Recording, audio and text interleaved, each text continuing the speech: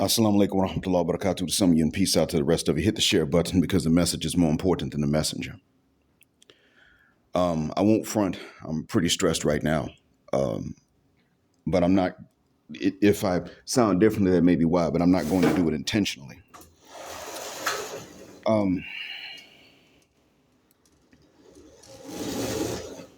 What I was going to tell you all is that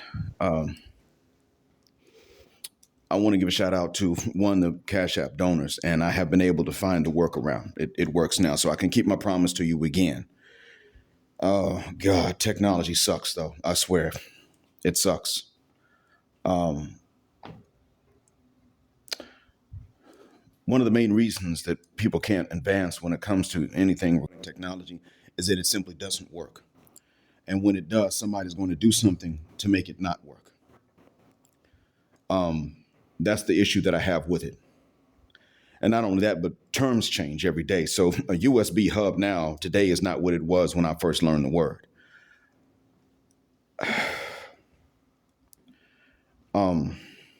Vocabulary is an issue.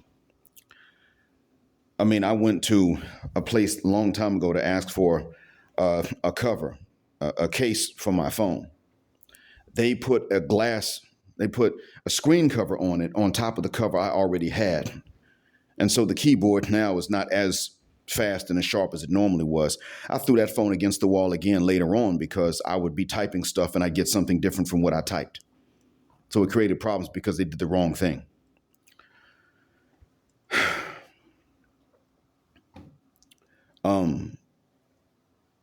I don't accept people's excuses either. And that's largely because they use the words case and cover, even when they're speaking Arabic. They use the English words case and cover, and then they'll mix the two up.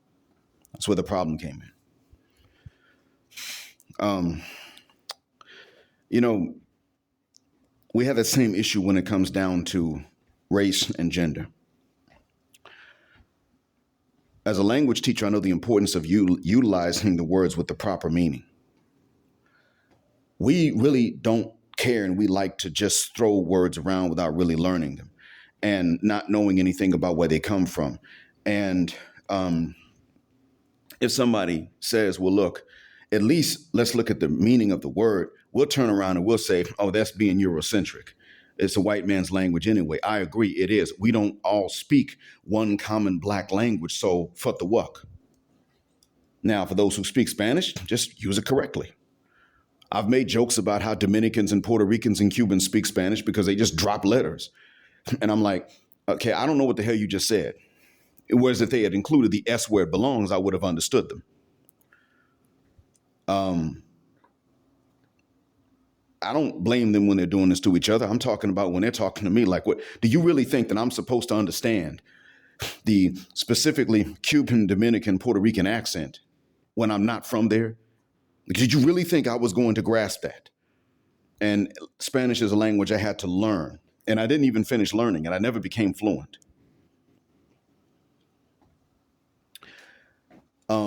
Oftentimes happens when I go to visit the U.S. and I land at the first airport in the U.S., this will happen. Or somebody may be asking me for directions and they start talking in Spanish, and I say, okay, I can speak Spanish if you slow down. It's my second language. And they just start rattling on. Sometimes they get upset. Like, oh, you want to act like you don't speak Spanish. What do you mean act like? I just told you I do. You just have to slow down. And they're too stupid. I've had this happen with Arabs too. I've told them before, listen, I can speak proper, formal Arabic if you speak it slowly. If you're not in a rush. I don't speak slang. I can understand some of it, but I can't answer in it. But if you start speaking that broken Indian Arabic that you use for people from India and Pakistan, I will never understand you. It doesn't matter how many times you say it. You know what they do? They start talking broken Arabic. That's all they can do. And I'm like, see, I don't understand that, bro. Now that doesn't even make any sense. You use Ameerah, you're using words I don't know. Maybe maybe some words I don't know. I could just ask you about the word. See, now your whole grammar's broken. Are you talking about me or somebody else? See, verb conjugation tells you something about the subject, if it's male or female, singular or plural. I'm like, bro, you use the pronoun you and then you misconjugated the verb for you. So are you talking about me or him? It's like that. And people here are quite dumb when it comes to language. Oh, they are stupid. They love to brag about how the language is very organized and complicated. They're right. They're not lying when they say that. But when it comes to them utilizing it properly, they can't do it. We have the same problem. We completely have the same problem. Shouts out to Average Man Unplugged. Average Man Unplugged, although this is 5 months later, discussed what Ameerah said. Lioness exiled, Ameerah, y'all know who I mean. Arab women are not just disrespectful. That is true. They're not. Arab women are actually quite polite. They may be worse with each other, and I'll let them tell me how bad they are to each other, but they don't start stuff with men, and men don't start stuff with women. That's a pretty good thing in their culture. They can debate opinions quite respectfully, but the thing is that, you know what?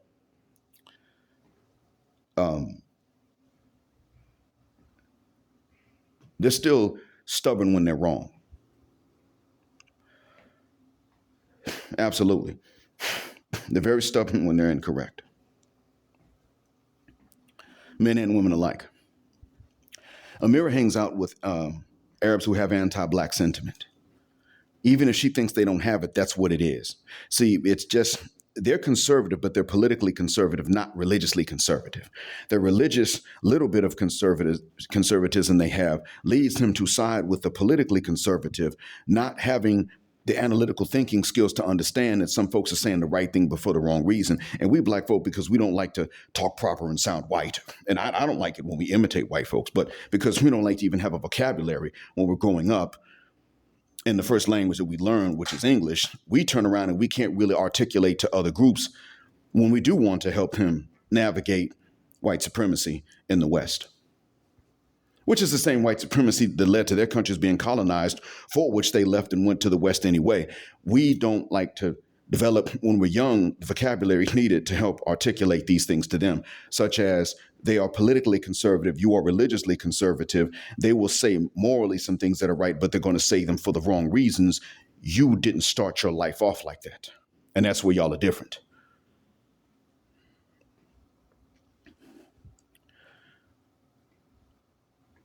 There are times when I look at two groups of people that have been oppressed and I say, you deserve each other. And this is one of those cases.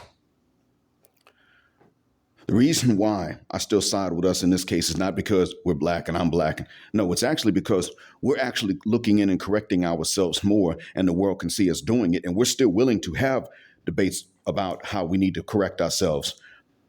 We're doing this. Now, should we do it in public? Not necessarily, but the flip side to that is that we are doing it even when it's in public, so the world can see that we are actually having, those who are English speakers can see that we're actually having debates about what we need to do to reform ourselves. Others are not doing this. To a certain extent, you might see it. In India, they are having debates about colorism. The Muslims aren't even in those debates. They don't fivaguk. Colorism, fine. Yes, white, good, black, bad. That's what the Muslims in India are like. In the North, at least. Not so sure about the South. But in the North, oh, yes, absolutely. You just take it for granted. And it's a Hindu concept. The Hindus are starting to debate it. Why do we have this? If the British colonized us and African people didn't, then why the hell are we looking at, so that they're having this debate? They're debating a concept that is in their religion. The caste system, which is religious, is named in their language Varna, which means color. And they're debating this while we, the Muslims, though I'm not an Indian Muslim, are not even talking about it. We're just taking for granted, yes, white, good, black, bad. Get you the fairest skinned spouse you can find. And we can't, and of course, you and I as black folks can't respect them for this. Now, that's an exception, generally speaking. They are not hiding necessarily these debates that they're having. They're just not broadcasting them, but they are. But for the most part, no, when people are wrong about something, they're not really talking about it. Latin Americans are. Their youth are beginning to question the colorism. Arabs are beginning to do this. The youth are beginning to question the color narratives believed by their grandparents. But what happens is something to which Thomas Sowell has referred before, and he was right about this historically. When something is endemic, or I should say, when it's widespread in a particular area, then its population moves or it develops a diasporan population elsewhere, then that diaspora will turn around and keep this which was taken from the home, while the people at home will then lose it. Indians living in the West, especially those from northern India, will probably remain more racist and colorist than Indians in India. Just as an example, Arabs living in the West who face the backlash from their parents' anti-black sentiments and comments and maybe even just jokes, because Arabs never wanted to kill us or harm us really, but just jokes even. But when they face that backlash, they may turn around and maintain what their parents had. And then they go back to their countries and find that people are listening to rap, which does not make them black or even pro-black, but it does mean they certainly are trying. I'm watching these guys here, these Saudi cats here, imitate West Coast dressing styles, kind of from the 90s, but minus they're wearing baggier clothes, just not jeans per se. Baggy jeans aren't even sold here, but baggy pants, baggier shirts, they are. Just 2 years ago, tight pants were the thing. Not anymore. Not anymore.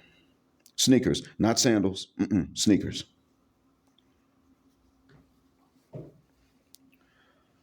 They're looking like they either just got through working out at the gym or gangbanging or recording in a rap studio. Tupac has surged in popularity. And remember, Tupac passed away before the tight clothes and the tight pants were a thing. So that has a lot to do with it. The only thing they don't know is the actual full black history that comes from the continent and into the Americas, and even from the continent and into here in this direction. That's what they don't know. So I'm just trying to give you all a nuanced picture, but I wanted you all to understand, since Average Man Unplugged did bring Ameerah up again, and Edward addressed it again, I wanted you all to keep in mind that you have to really get to know this group. They're about as complex and as varied as black folks who are not Arab. And that's why I had to specify it that way. You have black Arabs. I've met them. They're Arabic speakers as a first language, and they're black, and they have roots from different places. But they're varied. There's a lot of nuance. What I'm trying to find is the extent to which they actually are united. That's what I want to know. I.e., is there any friction in between black folks here who have African family names like Falata and Hausawi, and those who have Arab tribal names like Dosri? I'm trying to figure that out. That's what I want to know. I don't know fully yet, but I want to find this out. What do they say that it means to be black in an Arabic speaking country that is not Sudan or Comoros Islands? That's what I want to figure out. And over time I may learn this, but right now I don't know.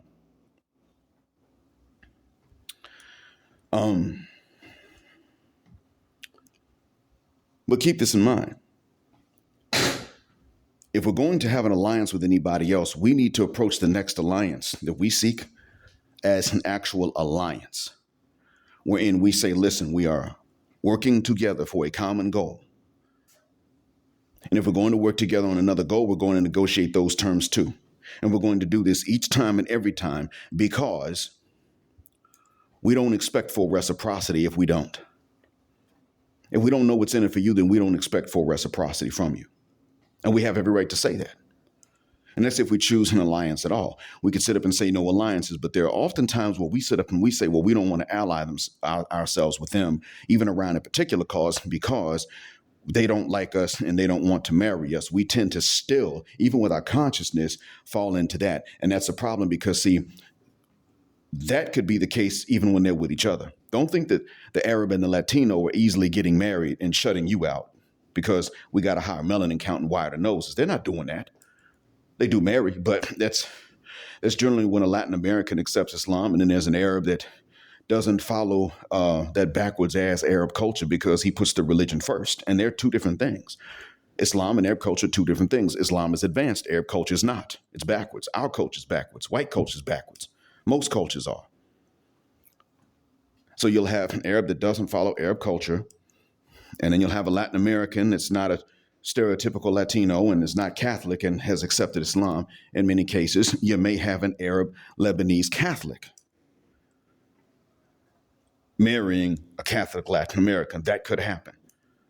Generally speaking, it is the Arab man and the Latin American woman. That's usually what the case is.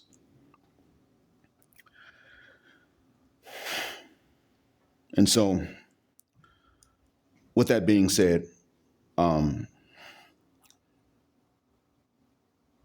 I wanted you guys to understand what alliances really mean. And I wanted you all to keep in mind that while Ameerah, and this is where it's going to really get sticky, I wanted you all to keep this in mind about Ameerah. Ameerah is not a mean person, never was. That is true. She behaves like a lady, but I want you all to understand this too, because some of you love to sit up and take examples like Ameerah and then use that to indict Islam, and it doesn't work. I'm going to tell you why. One, you can ask Sandlion. You can ask him about that. He lives in Dubai. He's been in Afghanistan, Pakistan. He's been in more places in the Middle East and for longer than I have. I've lived in Saudi Arabia 9 years. I've visited other places. I've lived in Saudi Arabia. He will tell you, even more than I can. But you take someone like Ameerah, she does behave femininely. She talks about Islam and what she believes, and she's not wrong for saying these things, but herein lies the problem. As a Muslimah, she is supposed to not go in front of a camera without a hijab on. Her hair is not to be visible to the public. There's either a limit to the amount of makeup that she's allowed to wear, or she's not supposed to wear it at all. Depends on what scholar you ask and what the makeup is. She's not allowed. She does it. The hijab, that's not questioned. That's not a questionable thing. That she is supposed to wear that. We don't know what she looks like with one on. We're not supposed to know what she looks like without it. Only her husband should know that, and her close family members. And I mean close. Cousins are not included in that. Uncles and nephews are included in that. Grandfathers and grandsons, they are included in that. Stepsons, they are included in that. I think stepfathers are included in that too. But no, cousins ain't. Unless you nursed with them as babies, which would make you the same. Your skeletal structure would be like those of siblings, and those are the rules about that. She's on camera all the time without it. So let's look at what that means. Does she take the hijab off when she's done praying and only put it back on for the next prayer because there are Black American Muslims who do that? Or is she doing that because that's what white women don't wear hijab out in the public like that? She'll probably say, well, most Lebanese women don't wear it. Okay, that's probably true. The Lebanese were colonized by the French. Did the Lebanese women remove the hijab generations ago, decades ago, damn near a century ago? Did they remove the hijab because African women may not have worn it, which is not true? Or did they remove it because French women didn't wear it? And this is what I'm going to tell those of you that are neither black nor white. When we Black folks go hard in the paint on you, especially if you're Muslim, it is because, simply put, when you do things that are not traditional to your own people, but they're bad habits, and you accept them, you're not accepting these bad habits because there's some loose, undisciplined Black folks that have influenced you to do it. You don't imitate us like that. It's rare. It's a new phenomena. It exists, but it's kind of new. No, you do it because white folks did. It's the same reason why Arab men smoke. And lately, more Arab women are beginning to smoke. What is the reason for that? It is not because Black folks do it. It's because white folk do it. Back when smoking became popular and widespread amongst people here, they would have never done it because Black folks did it. Never. But the Brits and the French did it. Oh yeah, it's cool. It's manly. They see it on TV. Yeah, it's cool. It's manly. I don't even know why black folks smoke in the States, honestly. That's a bad habit. We are actually guilty of the same thing. We picked up a bad habit from someone else. What the fuck did we do that for?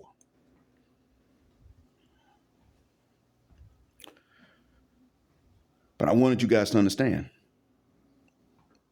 And yes, you have every right to be upset and pissed the uck off when you were dealing with somebody that claims and probably is seriously convinced about the truth of this religion from on high, but then turns around and imitates not only bad habits, but imitates the bad habits of some of the worst people on the planet. You're right for that.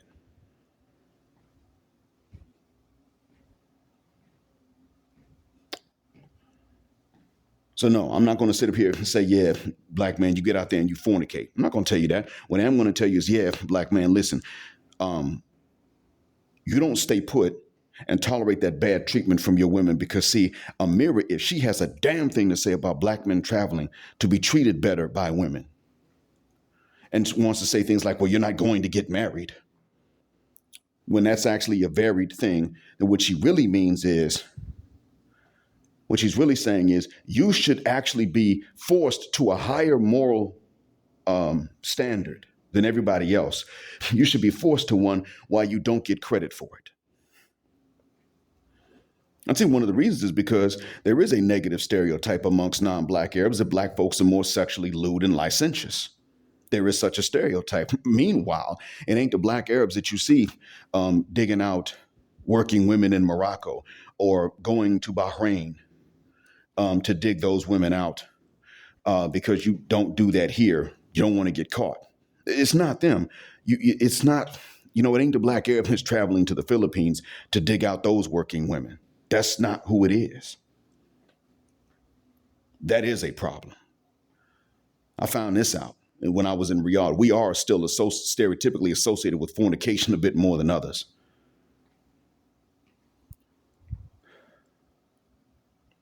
So y'all continue if you feel like it to give Ameerah that work. And anybody else. But don't indict her religion because of it.